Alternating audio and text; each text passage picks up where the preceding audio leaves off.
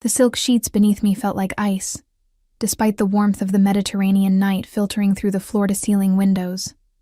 I lay perfectly still, counting the seconds between Dante's breaths, wondering if tonight would be different. It never was. 3 months of marriage, and my husband had never touched me beyond the cold press of his lips against my knuckles during our wedding ceremony. A performance for the 200 guests who'd filled the cathedral, their eyes hungry for the spectacle of Chicago's most feared crime lord claiming his bride. I was that bride, Aria Moretti, 23 years old, and already a widow in every way that mattered, except on paper. The restaurant where I'd worked, past tense, because that life ended the night Dante walked through those doors, had been my refuge. Giovanni's, a small Italian place in Little Italy where the tiles were cracked, the espresso machine temperamental, and the tips barely covered my nursing school textbooks. But it was mine, my space, my dream of something better than the cramped apartment I shared with my dying father and the mountain of medical bills that grew taller each week. I remembered the night with painful clarity. October rain had been hammering the windows, and I'd been balancing 4 plates of pasta when the door opened. The temperature in the room dropped, conversations died mid-sentence. Even Giovanni, who'd survived 60 years in this neighborhood and claimed to fear nothing, went pale. 3 men entered first, broad-shouldered, wearing dark suits that cost more than my annual salary, their eyes scanning every corner, every exit. Then he walked in. Dante Salvatore. I'd seen his face in newspapers, heard his name whispered with equal parts reverence and terror, but nothing prepared me for the reality of him. 6'3" of controlled violence wrapped in a custom Tom Ford suit, dark hair swept back from a face that could have belonged to a Renaissance statue if not for the thin scar cutting through his left eyebrow. He couldn't have been more than 28, but his eyes held centuries of darkness. He'd chosen the corner table, of course he did, back to the wall, facing the entrance, and I'd been the unfortunate server on shift. My hands had trembled as I approached. The plates felt impossibly heavy. His security detail watched my every movement like hawks tracking a mouse, and I could feel the weight of something dangerous settling over my shoulders. "Welcome to Giovanni's," I'd managed, my voice smaller than I'd intended. "Can I start you with—" That's when it happened. My shoe, cheap, worn thin from double shifts, caught on absolutely nothing, and the world tilted. 4 plates of pasta, expensive wine, and my dignity crashed toward Dante Salvatore's $3,000 suit. Time crystallized. I saw my life ending in that fraction of a second. Not the life I had, but the life I'd hoped for. Nursing school, saving my father, escape. His hand shot out, catching my wrist with reflexes that seemed almost preternatural. The plates clattered harmlessly to the side as he pulled me upright, steadying me with a grip that was firm but strangely gentle. Our eyes met. His were the color of aged whiskey, flecked with gold, and for a moment, just a heartbeat. Something flickered in their depths that made my breath catch. Not anger. Something else. Something that felt like recognition. "Careful, Piccola," he'd murmured, his voice a low rumble that I felt in my chest. "The floor is treacherous." His men had immediately moved to clean the mess, barking orders at Giovanni, but Dante's gaze never left my face. His thumb had pressed against the inside of my wrist, probably feeling my jackrabbit pulse, and the corner of his mouth had curved into something that wasn't quite a smile. "What's your name?" "Aria." The word stumbled out. "I'm so sorry. I'll pay for your suit. Aria." He'd tested the word like a fine wine. "You work here every night?" I should have lied. Should have sensed the trap, but my father's oxygen tank was running low, and the hospital had called twice that day about past due bills, and I was so tired of lying that the truth just fell out. 6 nights a week. I'm saving for nursing school. His expression had shifted then, something calculating sliding behind his eyes.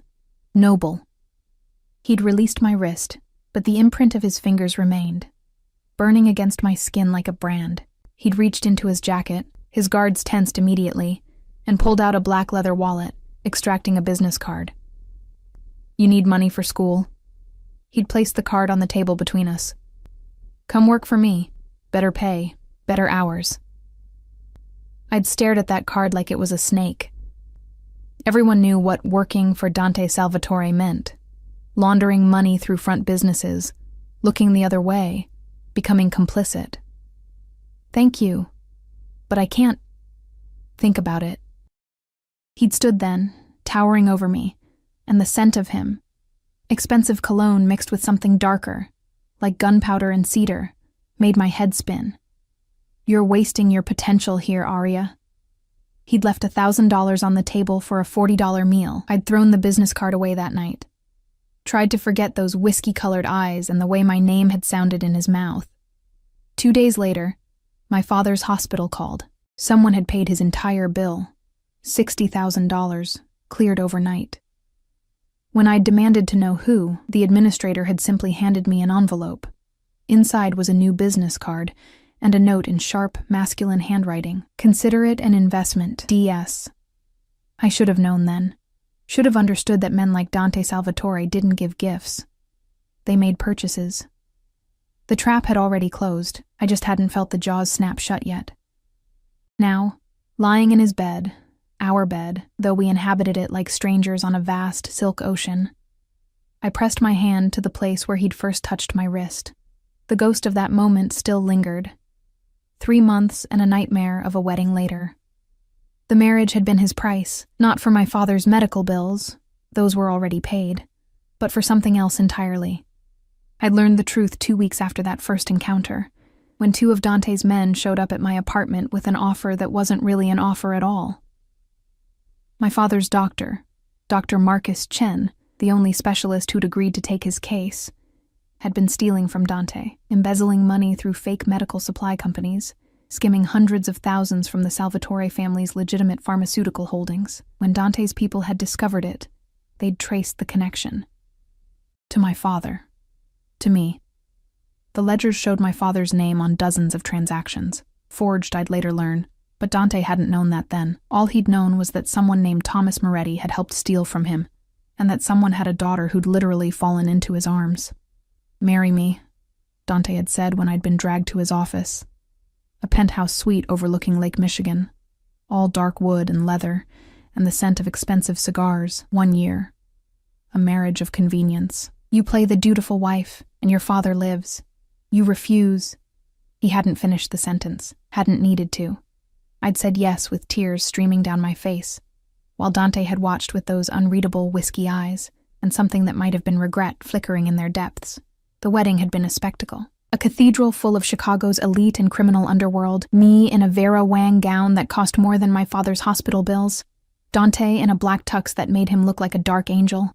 He'd slipped a platinum ring onto my finger, 3 carats of flawless diamond that felt like a shackle, and kissed my hand with lips so cold they'd burned. "You're mine now, Piccola," he'd whispered against my skin, in every way that matters, but he'd never touched me. Never claimed the marital rights that the priest had blessed and the contract had implied. Our wedding night, I'd stood in the bathroom of our penthouse for an hour, sick with fear, before finally emerging to find him sitting in an armchair by the window, a glass of whiskey in his hand. "I'm not a monster," he'd said, without looking at me. "I won't force you into my bed. The marriage is political, nothing more." Relief, and something else, something I didn't want to name, had flooded through me. 3 months later, and the distance between us felt like an ocean.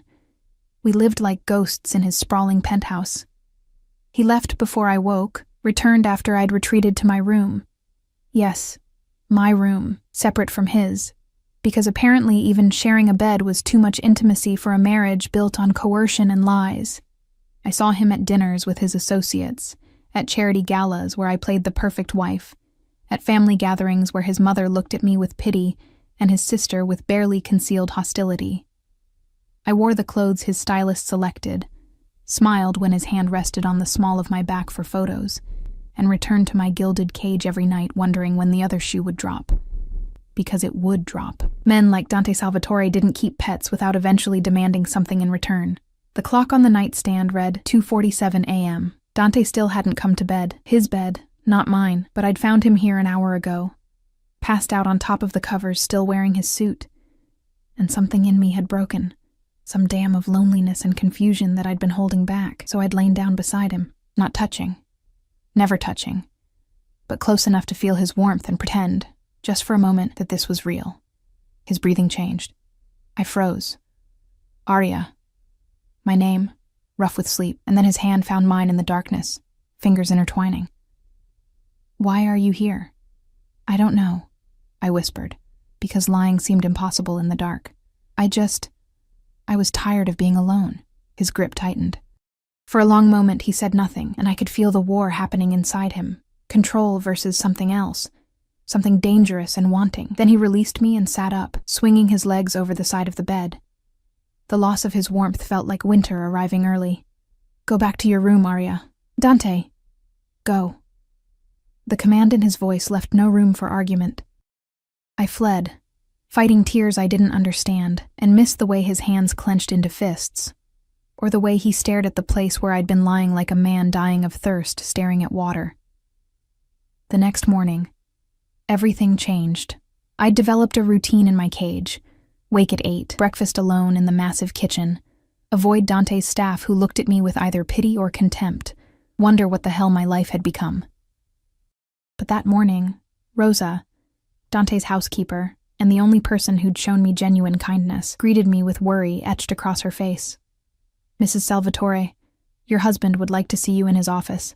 Immediately, the word immediately, sent ice through my veins. In 3 months, Dante had never summoned me. We existed in parallel worlds, intersecting only when necessary. His office was on the top floor, a space I'd been explicitly told never to enter without permission. I knocked, my knuckles barely making a sound against the heavy oak door. Enter. The office was exactly what I'd expected. Dark leather, mahogany furniture that probably cost more than a car, floor-to-ceiling windows overlooking the Chicago skyline. What I hadn't expected was the tension crackling in the air like electricity before a storm. Dante stood behind his desk, still wearing yesterday's shirt with the sleeves rolled up. His tie discarded somewhere. He looked like he hadn't slept. 2 of his men flanked the doorway, Marco and Vincent, the ones who'd dragged me to this life. And their presence made my stomach clench. Sit. Dante gestured to the chair across from his desk. I sat, smoothing my hands over the simple dress I'd chosen. Everything in my new wardrobe was designer, carefully selected by someone who understood the image a mafia wife should project, but I still felt like a child playing dress-up. Dante picked up a folder from his desk, studied it for a long moment, then looked at me with those whiskey eyes that seemed to see straight through skin and bone to the terrified girl beneath. Your father. He opened the folder, revealing documents covered in numbers and legal jargon. He's innocent. The words took a moment to register. What? The embezzlement. The money Dr. Chen stole. Dante's jaw tightened. Your father's signature was forged. Chen used his identity, his medical license, to create shell companies. Thomas Moretti never touched $1 of my money. The room tilted. I gripped the armrest to keep from falling. 3 months. 3 months of this marriage, this prison, this nightmare, and my father had been innocent all along. You're telling me this now? My voice came out sharper than I'd intended, anger burning through shock. I gave up everything. I discovered it 2 weeks ago. Dante's tone remained level, but something dark flickered across his face. My investigators found Chen's real records. The forgeries were sophisticated, but not perfect. 2 weeks. He'd known for 2 weeks and said nothing. So what happens now? I stood, unable to sit still with rage coursing through my veins. Do I get my life back? Do you just let me go? The silence that followed was deafening. Dante moved around the desk with the predatory grace of a panther, each step measured and deliberate. He stopped close enough that I could smell his cologne, that cedar and gunpowder scent that had haunted my dreams, and when he spoke, his voice was dangerously soft. No. No? I laughed, but it came out broken. My father's innocent. The reason for this whole charade doesn't exist anymore. You can't just... The marriage is legal, Arya. Binding. His hand came up and I flinched before I could stop myself. He froze, something like pain crossing his features before his expression hardened again. I'm not going to hurt you. I've never... He exhaled roughly. Read this. He handed me a newspaper, folded to the society section. There, in glossy color, was a photo from last week's charity gala. Me in a silver gown, Dante's arm around my waist, both of us smiling for the camera. The headline read, "Chicago's Most Eligible Bachelor Tamed. Inside the Salvatore Marriage." "I don't understand. You've become valuable, Piccola." Dante's finger traced the edge of the newspaper, careful not to touch me. "My enemies see you as my weakness. My allies see you as proof of my stability. My mother." He laughed, sharp and humorless. "My mother actually likes you. Do you know how rare that is? So I'm what? A political asset now instead of collateral?" The bitterness in my voice surprised even me. "How is that better?" "It's not." He turned away, staring out at the city he controlled through fear and violence. "But it's reality. You're safer as my wife than you would be as my ex-wife. My enemies would use you to get to me. And He stopped, shoulders tensing. "I won't allow that." "You mean you won't allow your reputation to be damaged?" When he looked back at me, something burned in his eyes that made my breath catch. "I mean, I won't allow anyone to hurt you." The words hung between us, heavy with implications I didn't want to examine. Before I could respond, his phone buzzed. He glanced at it, and his entire demeanor shifted, the moment of vulnerability vanishing behind the cold mask of the Mafia Boss. "Marco will take you shopping today. You need a new dress for Saturday's event." He was already moving toward the door, dismissing me. "Buy whatever you want. No limit." "I don't want your money." He paused, hand on the doorknob, and looked back at me with something almost like regret. "I know. But take it anyway. Consider it payment for services rendered." Then he was gone, leaving me standing in his office with a newspaper photo of a lie, and the devastating knowledge that my cage had just become permanent. The shopping trip was torture. Marco drove me in one of Dante's armored SUVs, because apparently my life now required bulletproof glass and a former Special Forces operative as a babysitter. The boutiques we visited were the kind where they served champagne, and everything cost more than my monthly rent used to be. I hated it. Hated the obsequious salespeople who called me Mrs. Salvatore with reverence. Hated the dresses that cost thousands of dollars.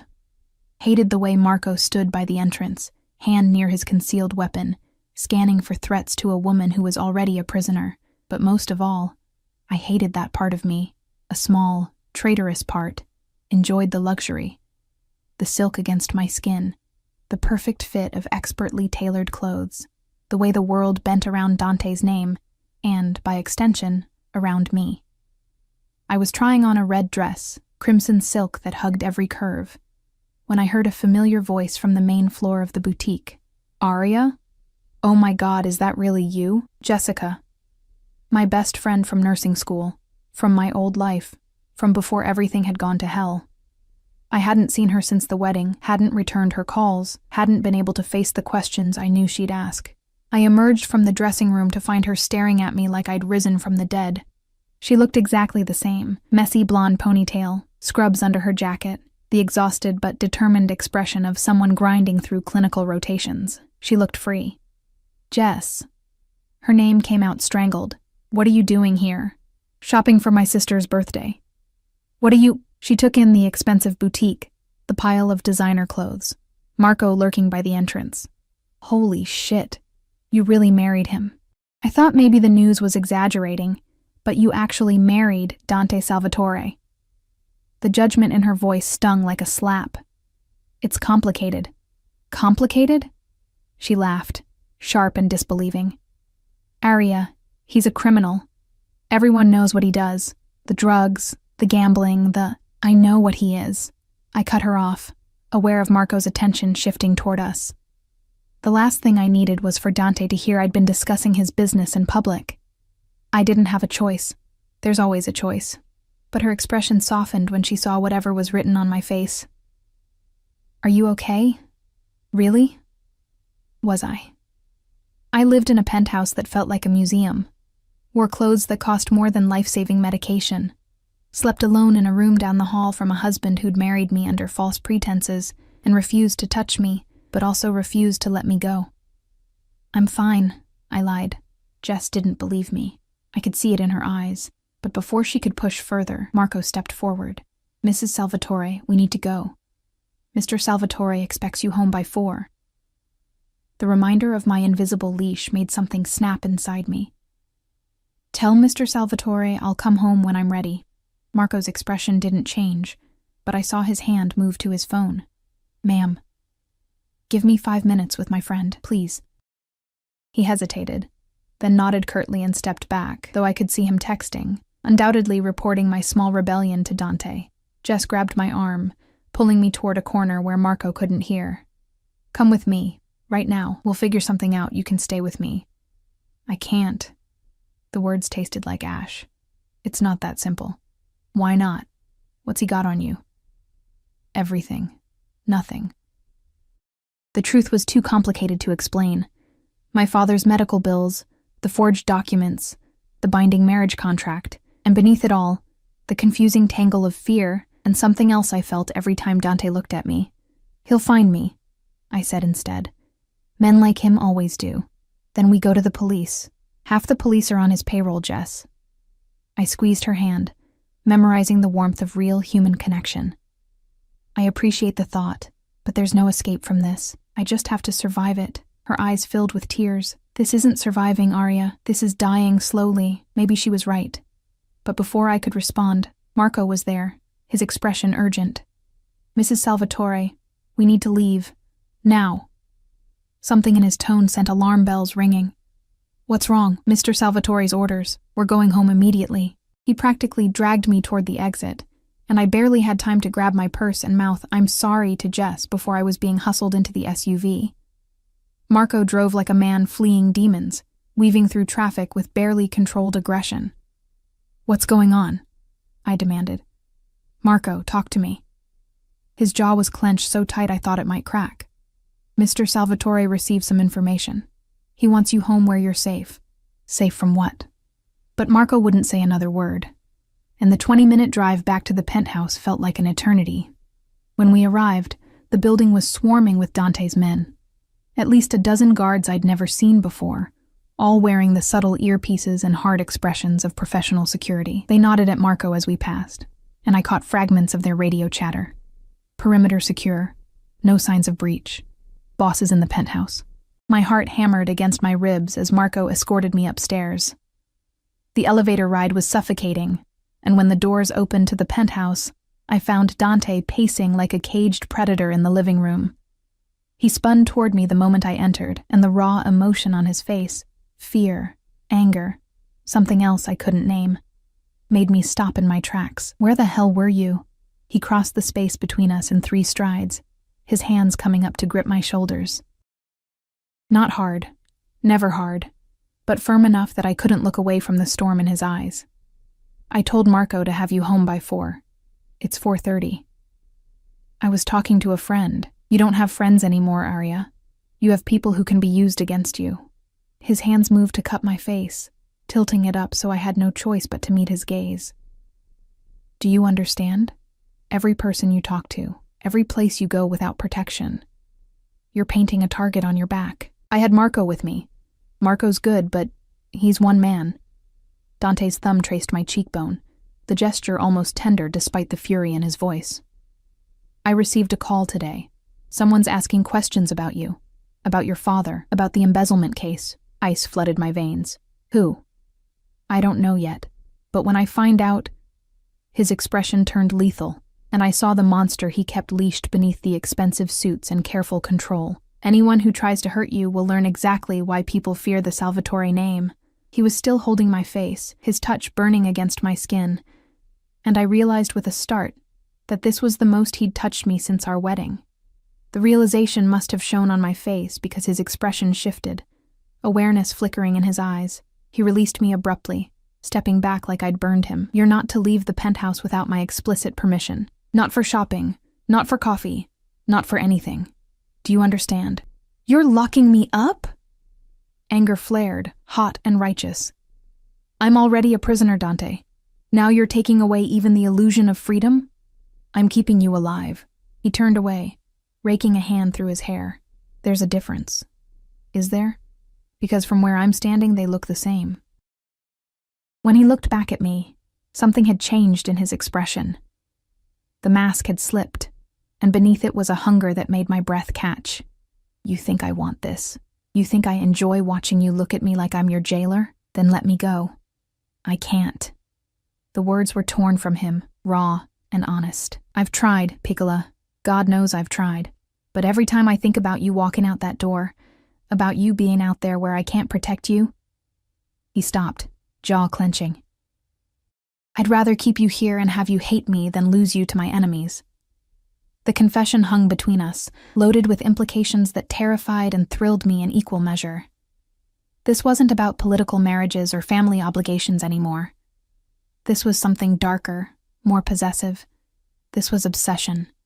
Before I could process it, before I could decide if I should run toward or away from the dangerous truth in his eyes, his phone rang. He answered it with a curt, "What?" Then listened, his expression hardening with each passing second. "Where?" A pause. "How many?" Another pause. Longer this time. "Handle it. I'll be there in 20 minutes. He hung up and looked at me with something that might have been regret. "I have to go. Business. Marco and 3 other guards will stay here with you.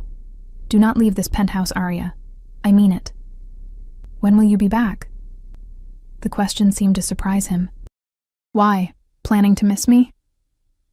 "Planning to know when I can stop feeling like I'm suffocating." His expression darkened, but beneath the anger was hurt, quick and sharp before he buried it. "Midnight, probably. There's food in the kitchen.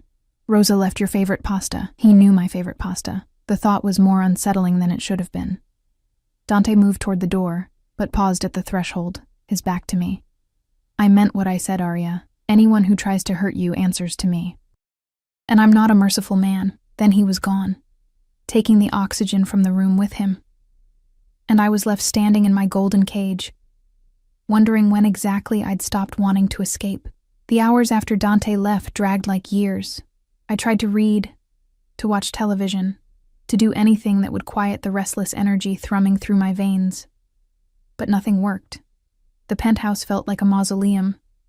Beautiful, expensive, and suffocatingly empty. Around 8, Rosa brought dinner to my room. She set the tray down with practiced efficiency, but her eyes held concern. "You should eat, Mrs. Salvatore. You barely touched lunch." "I'm not hungry." The lie was automatic. My stomach had been in knots since Dante's confession. "I'd rather keep you here and have you hate me than lose you." And food seemed impossible. Rosa hesitated at the door. "He worries about you, you know, more than he should. He has a funny way of showing it. Mr. Dante. He's not good with emotions, never has been." She smoothed her apron, choosing her words carefully. "His father was a hard man, taught him that love is weakness, that caring makes you vulnerable. But I've worked for this family for 20 years, and I've never seen him look at anyone the way he looks at you." The words settled into my chest like stones. "How does he look at me?" Rosa smiled sadly. "Like you're the only thing in the world worth protecting, and the one thing he's terrified to lose." She left before I could respond, and I stared at the untouched pasta, homemade carbonara, my favorite, wondering how many other details Dante had quietly learned about me while maintaining his careful distance. Midnight came and went, then 1 a.m., 2. I told myself I wasn't waiting for him, told myself I didn't care if he came home at all, but at 2:30, when I heard the elevator doors open, my heart leapt traitorously in my chest. I crept to my bedroom door, opening it just enough to see into the living room. Dante stood by the windows, his jacket discarded, his white shirt stained with something dark that made my stomach clench. Blood. Not his. He moved without injury, but someone's. Marco appeared from the elevator, his expression grim. "The situation is handled. Bianchi won't be asking questions about Mrs. Salvatore anymore." Bianchi. I recognized the name from whispered conversations I'd overheard at family dinners. One of Dante's rivals, always pushing boundaries, always testing limits. And his associates? Dante's voice was cold, empty of anything resembling mercy. Given the same message, very clearly. Dante nodded, dismissing Marco with a gesture, and then he was alone. I watched as the mask finally cracked. Watched him brace his hands against the window, head bowed, shoulders rigid with tension that looked like it might shatter him. "You can come out, Arya." His voice carried across the space, resigned. "I know you're there. I considered retreating, pretending I hadn't been watching, but something pulled me forward. I crossed the living room in my bare feet, silk pajamas whispering against my skin, until I stood a few feet behind him. Whose blood is that? No one who matters. He didn't turn around. You should be asleep. I couldn't sleep. Waiting for me? There was something brittle in his laugh. Or hoping I wouldn't come back. The honest answer terrified me, so I deflected. What did you do to Bianchi? Finally he turned. His eyes were dark, haunted, and the blood on his shirt stood out like an accusation. I reminded him that there are consequences for threatening what belongs to me. I'm not a possession. Aren't you? He moved closer, and I could smell the copper tang of blood mixing with his cologne. I own you, Piccola. On paper, in the eyes of the world, in every way that matters. The only thing I don't own is your heart, and sometimes I think that's worse than owning nothing at all. The confession hung between us, raw and bleeding. I should have been disgusted by the blood, by the violence, by the casual way he discussed ownership. But instead, I found myself reaching out, my fingers hovering near the stain on his shirt. You're hurt. It's not my blood. I know. But you're still hurt. My hand pressed flat against his chest, feeling his heart hammering beneath my palm. Here. He went absolutely still, every muscle locked, like one wrong move would shatter whatever fragile thing had formed between us. Aria, why won't you touch me? The question escaped before I could stop it. You married me, claimed me, kept me prisoner here, but you won't, you never. Because once I start, I won't stop. His hand covered mine, pressing it harder against his chest. Do you understand? The only thing keeping you safe from me is distance. The moment I break that barrier, the moment I let myself have you the way I want. He stopped, jaw clenching. You'll truly be trapped. No more separate rooms, no more pretending this is anything but what it is. And what is it? His other hand came up, fingers tangling in my hair, tilting my face toward his. We were so close I could feel his breath against my lips, could see the gold flecks in his whiskey-colored eyes. Obsession, he whispered. From the moment you fell into my arms at that restaurant, I've been obsessed with you. Your smile, your kindness, the way you try so hard to be brave even when you're terrified. I told myself it was just attraction, that once we were married I'd get over it. But it's gotten worse, Piccola. Every day you're in my house wearing my ring, bearing my name. It makes me insane. Then why push me away? Because you deserve better than a monster who takes what he wants. His thumb traced my lower lip, and I shivered. You deserve someone who'll let you finish nursing school, who'll take you on normal dates, who'll give you the life you were supposed to have. Not someone who'll lock you in a golden cage and never let you go. The irony made me laugh, sharp and a little hysterical. You already did that. The cage exists whether you touch me or not. Something snapped in his expression, control giving way to the hunger he'd been holding back for 3 months. Don't say things like that unless you mean them. What if I do? The words were insane, reckless. But standing here in the dark with his hand in my hair and his heart pounding beneath my palm, I couldn't remember why I should be afraid. What if I'm tired of the distance? What if I didn't get to finish? His mouth crashed against mine with 3 months of pent-up desire, and the world tilted. His kiss was nothing like the chaste press of lips at our wedding. This was claiming, consuming, absolutely possessive. His hand tightened in my hair while the other wrapped around my waist, pulling me flush against him until no space remained between us. I should have been frightened, should have remembered that this man had just come home covered in someone else's blood, that he'd openly admitted to obsession, that this was exactly the trap I'd been trying to avoid. But when his mouth moved to my neck, teeth grazing the sensitive skin there, all I could think was finally, Aria. My name was a prayer and a curse. Tell me to stop.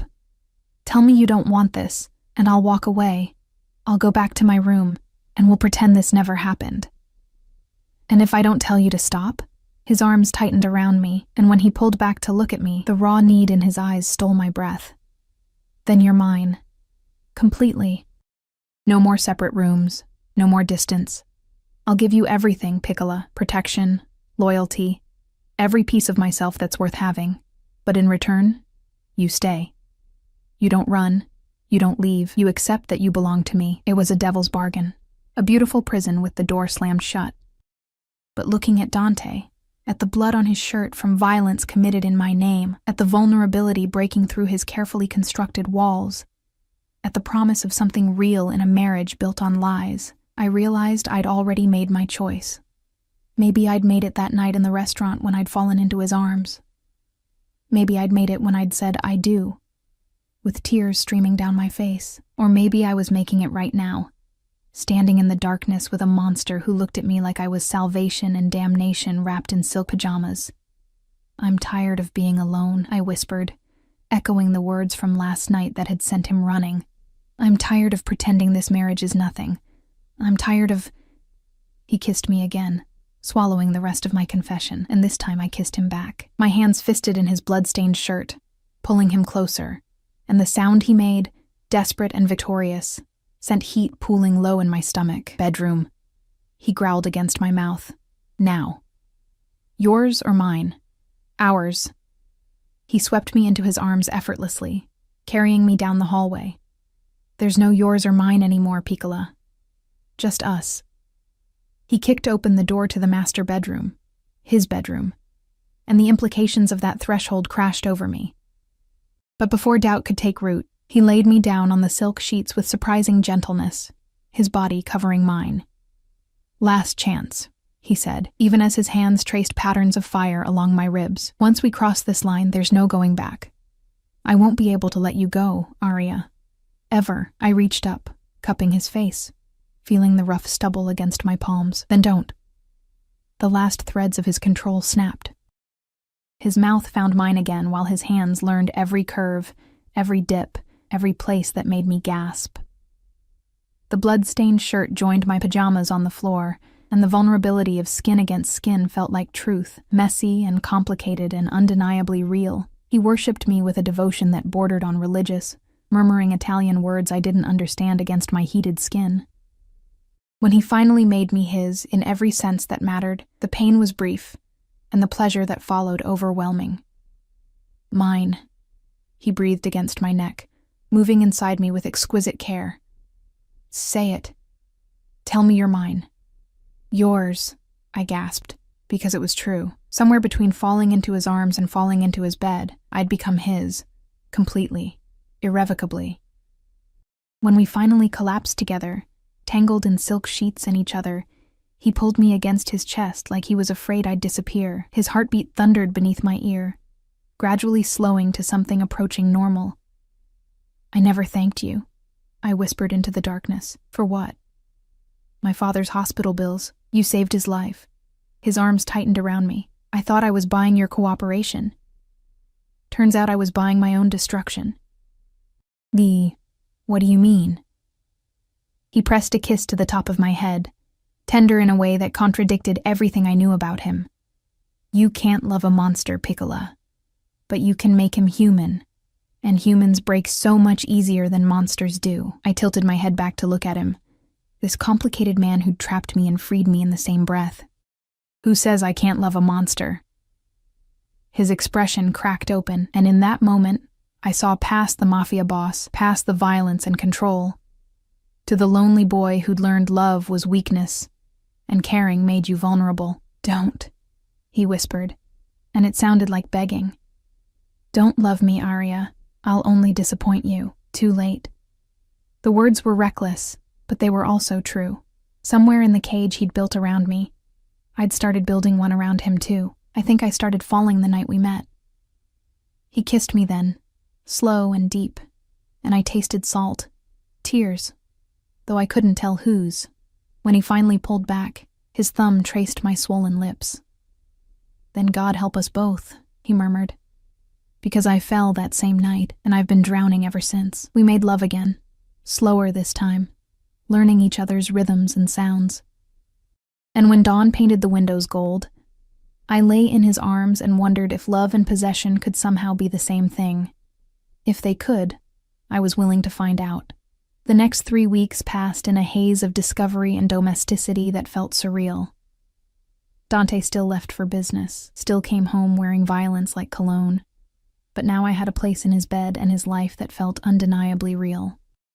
He was possessive to the point of obsession, tracking my movements through the penthouse, questioning Marco about every minute I spent without him, pulling me onto his lap during family dinners to establish ownership.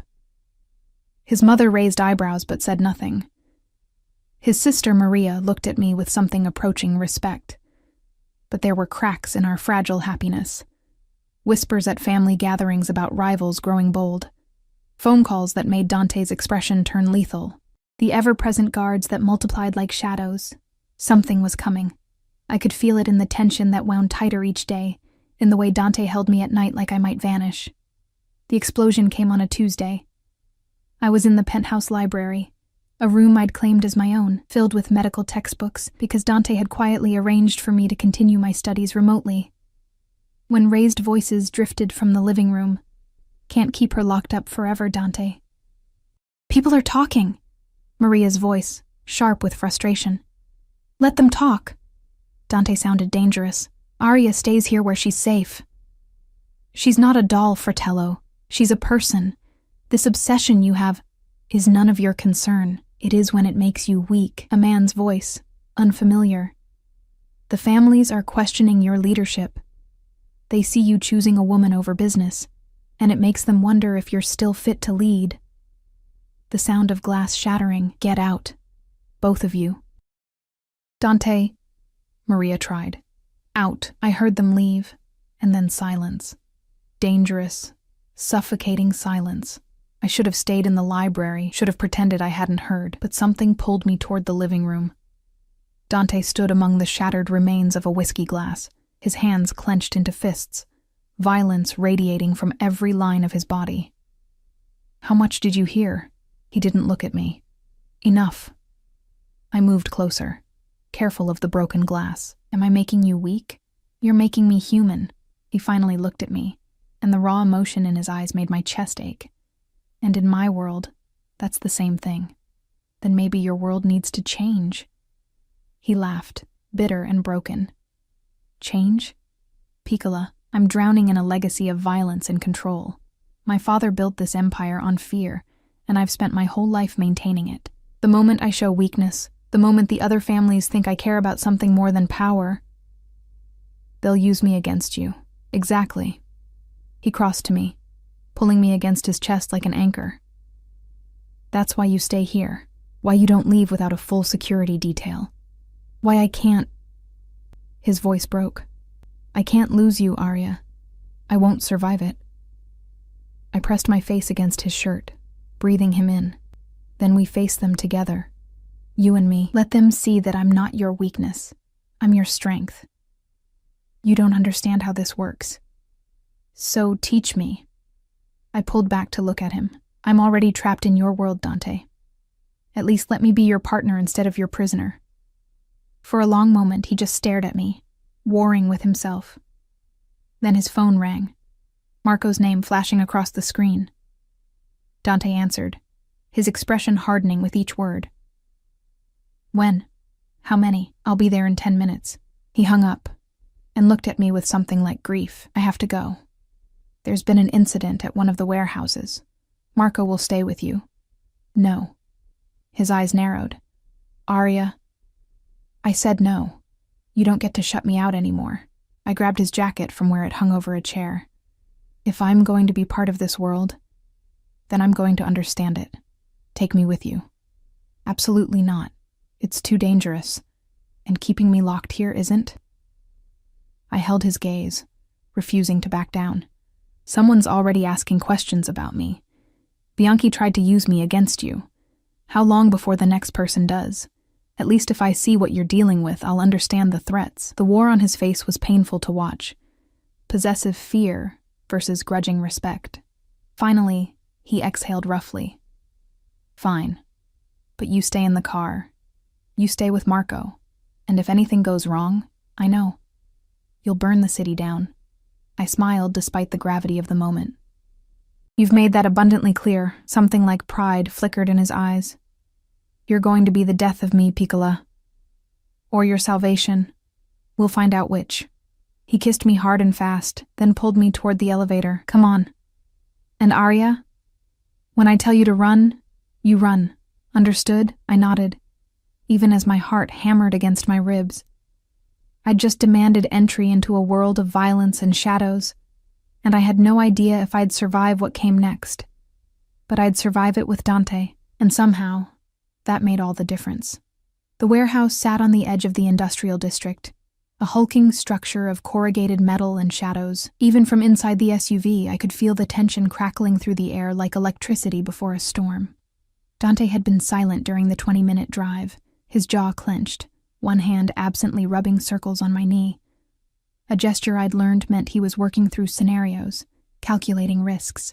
Marco drove with the same focused intensity, occasionally speaking into his radio in clipped Italian.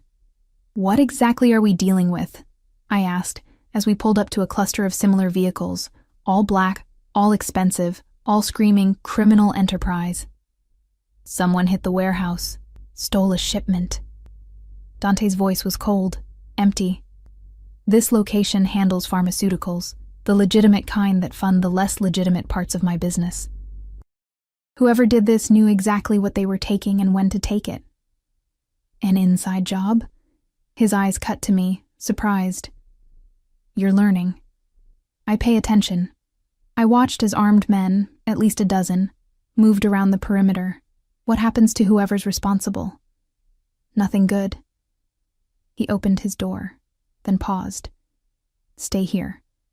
Marco, do not let her out of this vehicle unless the building is on fire. Understood?" "Yes, boss." Dante pressed a kiss to my forehead, lingering longer than necessary. "I mean it, Arya. Stay put." Then he was gone, striding toward the warehouse entrance with the lethal grace of a predator. His men fell into formation around him automatically, and I watched through the tinted windows as he disappeared inside. Marco remained in the driver's seat, alert, but relaxed. "He's different with you," he said after a moment. "Different how?" "Softer. Before you, he was just—" Marco searched for the word. "Cold. Efficient. He did what needed doing without hesitation. But now there's doubt. Second-guessing.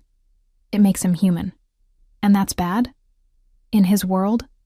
Yes." Marco's eyes scanned the perimeter constantly. "But maybe human is what he needs to be. What we all need to be." Before I could respond, shouting erupted from inside the warehouse. Then gunshots. Sharp cracks that made my heart slam against my ribs. Marco's hand went to his weapon. "Stay down." More gunshots. Shouting in Italian, the sound of something heavy crashing. Every instinct screamed at me to run inside, to make sure Dante was okay, but Marco's presence kept me pinned in place. Then the warehouse doors burst open, and Dante emerged, dragging someone by the collar, a younger man, bloodied and terrified. He threw him to the ground in front of the assembled guards. "Talk," Dante commanded, his voice carrying across the lot. "Who hired you?" The man spat blood. "Go to hell." Dante's fist connected with his jaw so fast I barely saw it move. The crack echoed like another gunshot. Wrong answer. Try again. I should have looked away, should have been horrified by the casual violence, but I couldn't stop watching Dante, the cold precision in his movements, the way his men looked at him with equal parts fear and respect, the absolute authority in every word. This was who he really was. Not the man who held me tenderly in the dark, but the monster he'd warned me about. And God help me, I still wanted him. "The Rossi family," the man finally gasped. "They paid me 50 grand to steal the shipment and leave evidence pointing to the Castellanos." Dante went very still. "The Rossis want to start a war between me and Castellano? They think if you're busy fighting each other, they can expand their territory." Dante looked at Marco. "Contact Castellano. Tell him we need to meet. Tonight."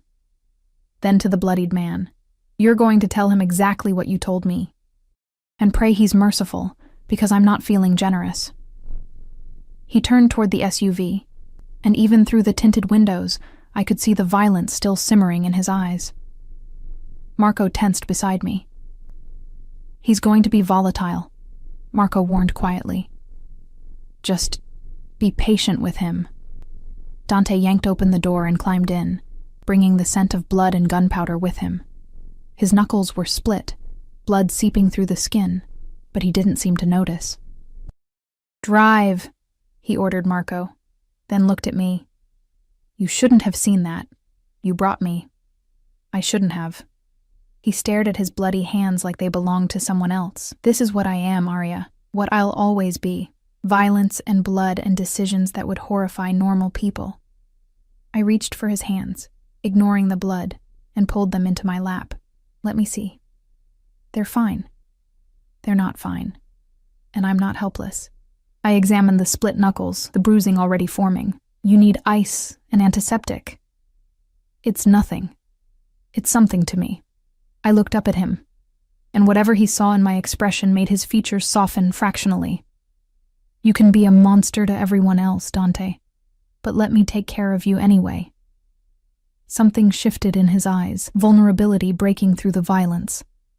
"Why? After what you just saw, I saw you protecting what's yours. I saw you being smart enough to prevent a war. I squeezed his damaged hands gently. "I saw the man I married doing what he has to do to survive in an impossible world." He pulled me across the seat, settling me in his lap despite Marco's presence in the front. His face buried in my hair, and I felt him shaking. Adrenaline or emotion, I couldn't tell. "You're going to ruin me," he whispered against my ear, "completely destroy every defense I've ever built." "Good." "You've already ruined me." His arms tightened. "Not ruined, claimed." "There's a difference." "Is there?" "Yes. Ruination is careless.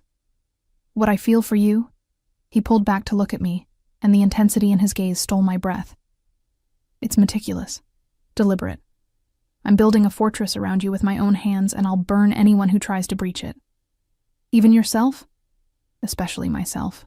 He kissed me, tasting like violence and devotion. "If I ever become the thing that hurts you, Piccola, I'll destroy myself before I let it continue." Marco cleared his throat from the front seat. "Boss, we're approaching the penthouse. Castellano agreed to meet in 2 hours. Dante cursed softly. "I need to shower, change, prepare." He looked at me. "And you need to stay hidden. If Castellano knows how much you mean to me."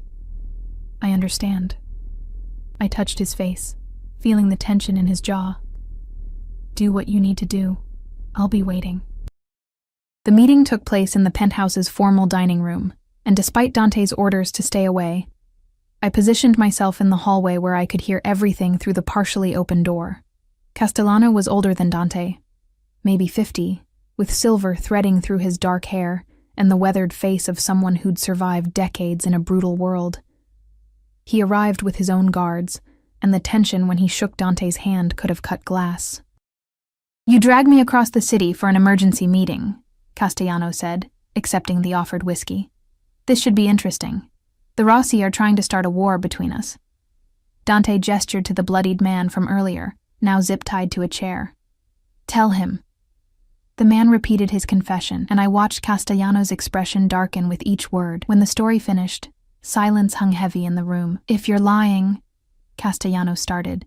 "I have the receipts," Dante interrupted, sliding a folder across the table. "Bank transfers from Rossi accounts to his. Dates, times, amounts. Everything you need to verify." Castellano studied the documents, his expression unreadable. Finally, he looked up. "Why tell me? You could have let me believe you betrayed our treaty, used it as excuse to expand into my territory." "Because I'm not my father," Dante's voice was steady, certain. "He would have let you walk into the trap, then profited from the chaos. But I've learned something recently. Some things are worth more than territory." His eyes flickered toward the hallway, toward where I stood hidden, and I realized he knew I was there, had probably known the entire time. "The Rossis miscalculated," Dante continued. "They thought making me human would make me weak. They were wrong. It makes me smart enough to choose allies over enemies." Castellano was quiet for a long moment, then extended his hand. "Then we have an understanding. The Rossis will answer for this together." They shook, sealing whatever dark pact they'd just formed, and I slipped away before they could finish their discussion. But Dante found me in our bedroom 20 minutes later, pulling me against him with desperate relief. "You heard?" "Every word." I pressed against his chest. "You chose peace over power. I chose you over everything." He tilted my face up. "The Rossies targeted my warehouse because they've been watching me, studying my weaknesses. They saw how I changed after we married, and they thought that made me vulnerable. They don't understand that you're not my weakness. You're the reason I'll fight harder than ever." "What happens now?" "Now, Castellano and I deal with the Rossies, swiftly and permanently." His expression hardened. "And then everyone in this city will understand that threatening you means declaring war on both our families." He kissed me with bruising intensity, and I tasted his fear beneath the passion. Fear of losing me, of failing to protect me, of the world discovering exactly how much power I held over him. "I love you," I whispered against his mouth and felt him freeze. "Don't say that unless I love you," I repeated, stronger this time. "I love the monster and the man. I love your violence and your tenderness. I love that you're terrifying and terrified in equal measure. I love—" He kissed me silent, and I felt wetness on my cheeks. His tears or mine, impossible to tell. When he finally pulled back, his eyes were bright with emotion. "I've loved you since you fell into my arms," he confessed. "Every day since has been torture and blessing combined. You're my salvation and my damnation, Arya. My heaven and my hell. Then let's burn together." He carried me to bed, and we made love with desperate urgency, both of us aware that tomorrow would bring violence we couldn't avoid. But tonight we had each other, and that would have to be enough. The war with the Rossies lasted 3 weeks, though I only witnessed fragments of it. Dante leaving before dawn with blood in his eyes, returning after midnight with actual blood on his clothes. The penthouse became a fortress, guards stationed at every entrance, my movements restricted to the point of suffocation. But this time, the cage felt different, because Dante always came home, always found me in the dark, and held me like I was the only thing keeping him tethered to humanity. "It's almost over," he whispered one night, his body wrapped around mine. "Castellano and I cornered Antonio Rossi tonight. He'll surrender by morning, or he'll be dead by noon. And then you're safe." His lips pressed against my shoulder. "That's all that matters." The call came at dawn. Antonio Rossi had chosen surrender, barely. The meeting to formalize terms would take place at neutral ground, witnessed by the heads of the other families. A treaty signed in blood and fear. Dante wanted me to stay home. I refused. "This started because of me," I argued, watching him adjust his tie in the mirror, "because they thought I made you weak. Let me show them they were wrong, Arya. Please." I moved behind him, wrapping my arms around his waist. "Let me stand beside you, as your wife, as your partner. Show them that we're stronger together." The war on his face was brief but intense. Finally, he turned in my arms, cupping my face with careful hands. "If anything happens, it won't. You've already won." "If anything happens," he repeated firmly, "you run. Marco will get you out. There's a safe house in—" I kissed him quiet. "Nothing's going to happen. Trust me." "I do." His forehead pressed against mine. "That's what terrifies me." The meeting took place in an old church. Neutral ground, sacred ground, where even criminals feared to spill blood. The pews were filled with representatives from Chicago's major families, their faces a mix of curiosity and calculation, as Dante and I walked down the aisle. I wore red, Dante's choice, a deliberate statement. The dress was elegant, conservative, but the color screamed possession and power. His hand remained on the small of my back, a brand of ownership that everyone present understood. Castellano stood at the altar with Antonio Rossi, who looked like a broken man. His suit was expensive but disheveled, his face bearing the marks of recent violence. When he saw me, something flickered in his eyes. Recognition, maybe regret. Mr. Salvatore, the mediator, an elderly man named Don Carmine, who'd outlived 3 generations of mob bosses, gestured to the documents laid out on the altar. "The terms have been agreed upon. Mr. Rossi cedes his territory in the Eastern District and pays reparations for the stolen shipment. and the attempted manipulation. In exchange, his life and the lives of his immediate family are spared. Dante's hand tightened on my back. And the clause about my wife, any action taken against Mrs. Salvatore by any member of the Rossi family, now or in perpetuity, will be considered an act of war against both the Salvatore and Castellano families, with immediate and lethal consequences. I felt the weight of every eye in that church settle on me. Some looked curious, others resentful, but most showed something close to respect. I'd become more than just a mafia wife. I was the catalyst for an alliance, the reason two powerful families had united. Antonio Rossi stepped forward, and Dante's body went rigid with controlled violence. But Rossi simply looked at me, his expression weary. "I underestimated you, Mrs. Salvatore. I thought you were a weakness to exploit. I was wrong." He turned to Dante. "Your father would have started a war over pride. You chose strategy. Perhaps your wife has taught you wisdom." "My wife has taught me many things," Dante replied, his voice cold. "Primary among them is that some things are worth any price to protect. Remember that, Antonio, because if you or anyone in this room ever threatens her again, there won't be terms or treaties, just endings." The silence that followed was absolute. Then Don Carmine cleared his throat. "Shall we sign?" The documents were signed with witnesses. Ancient ritual given modern teeth. When it was finished, Castellano shook Dante's hand with genuine warmth. "Your father would be proud, or furious. Probably both." He smiled at me. "Mrs. Salvatore, you've done something remarkable. You've made peace more profitable than war. That's a rare gift." As we walked back down the aisle, Dante leaned close. "You were magnificent. I didn't do anything. You stood beside me. That was everything." The reception afterward was held at one of Dante's legitimate businesses, an upscale restaurant where the wine flowed freely and the conversations carefully avoided specific mentions of crime. I found myself surrounded by the wives and daughters of various family heads, their questions probing but not unkind. "How did you tame him?" Maria Castellano asked, genuine curiosity in her eyes. Dante Salvatore, the Ice King himself. "I didn't tame him." I watched Dante across the room, deep in conversation with her father.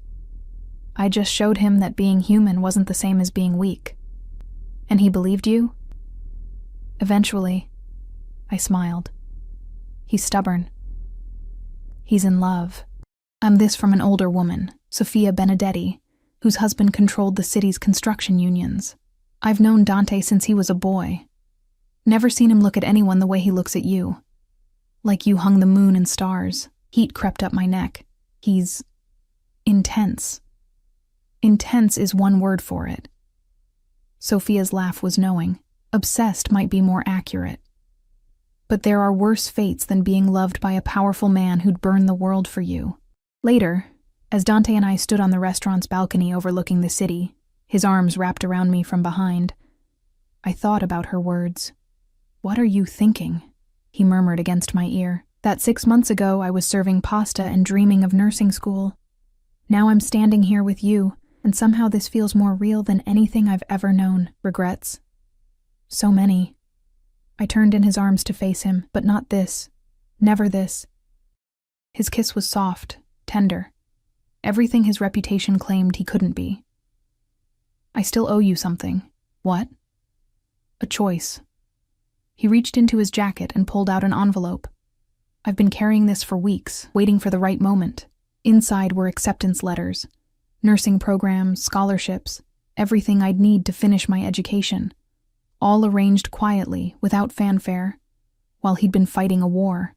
"I can't give you back the life you should have had," he said quietly. "But I can give you the future you wanted. Classes start next semester.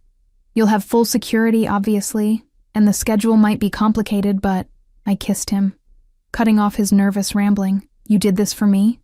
"I did it for us." His hand cupped my face. "I want you to have everything, Piccola. Your dreams, your career, your freedom.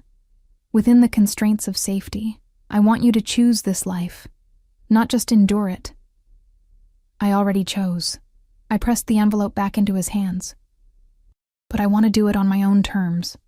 Part-time classes, online options, building a life that fits both of us, not just me. You're sure? I'm sure. I smiled at his bewildered expression. You spent 3 months thinking I wanted to escape. The truth is, I stopped wanting to leave the moment you stopped being my jailer and became my partner. Something in his expression cracked open, and he pulled me close with desperate strength. I don't deserve you. Probably not. But you're stuck with me anyway. Forever? Forever.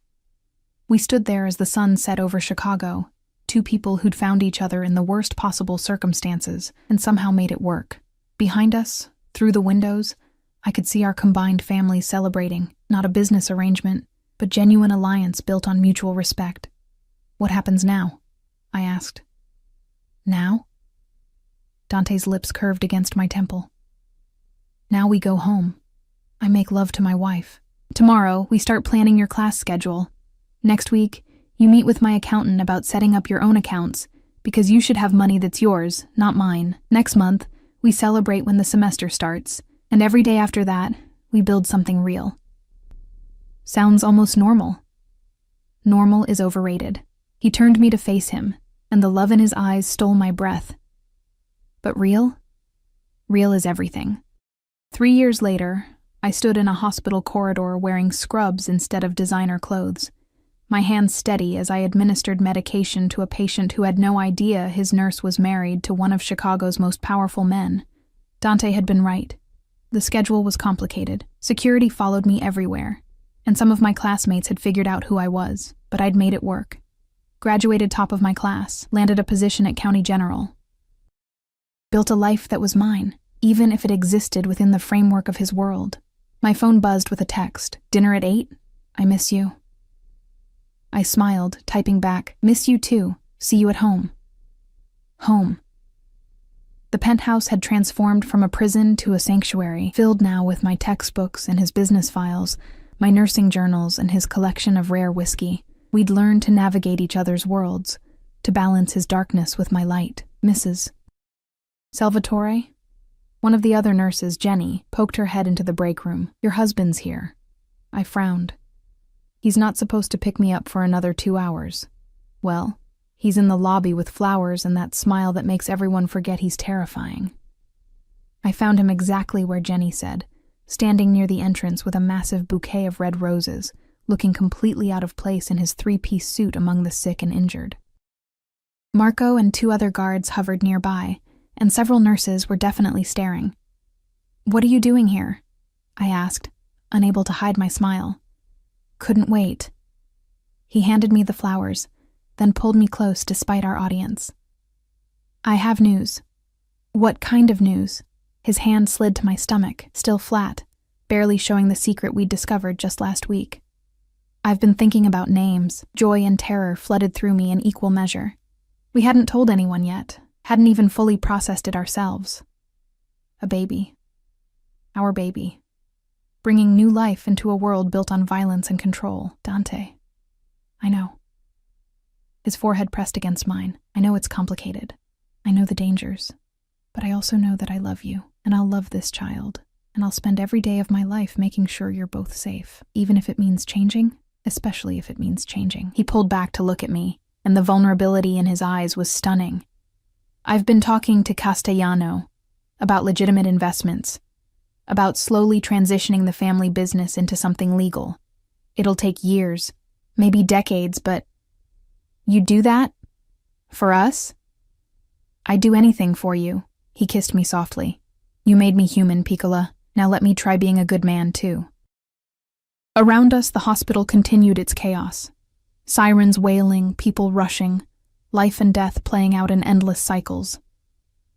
But in that moment, standing in my husband's arms with our future growing inside me, I felt something I'd never expected to feel in a marriage that started with coercion and fear. I felt free. I love you, I whispered. I love you, he returned. Both of you, forever. And standing there in the lobby of County General, surrounded by the messy reality of life with a man who'd once been my captor and was now my everything, I realized that love and possession could be the same thing, when they were chosen, when they were mutual, when they were built on respect instead of control. The Mafia boss had never touched his wife, until jealousy drove him wild, until obsession became devotion, until possession transformed into partnership, and somehow, impossibly, we'd found our way to something real. We went home together, Marco driving while Dante kept his hand protectively over my stomach, already imagining the child who would change everything. The penthouse waited, no longer a cage but a home, filled with the life we'd built from the ashes of a coerced beginning. That night, as we lay tangled in silk sheets that no longer felt cold, Dante whispered against my skin, "Thank you." For what? For falling into my arms that night, for giving me a reason to be better, for loving the monster until he remembered how to be a man. I kissed him, tasting salt and sweetness, violence and devotion. Thank you for catching me, for seeing me when I was invisible, for building a fortress around us and calling it love. Outside, Chicago glittered with 1,000 dangers and 1,000,000 secrets. But inside our sanctuary, we were safe. We were whole. We were home. And that was more than enough.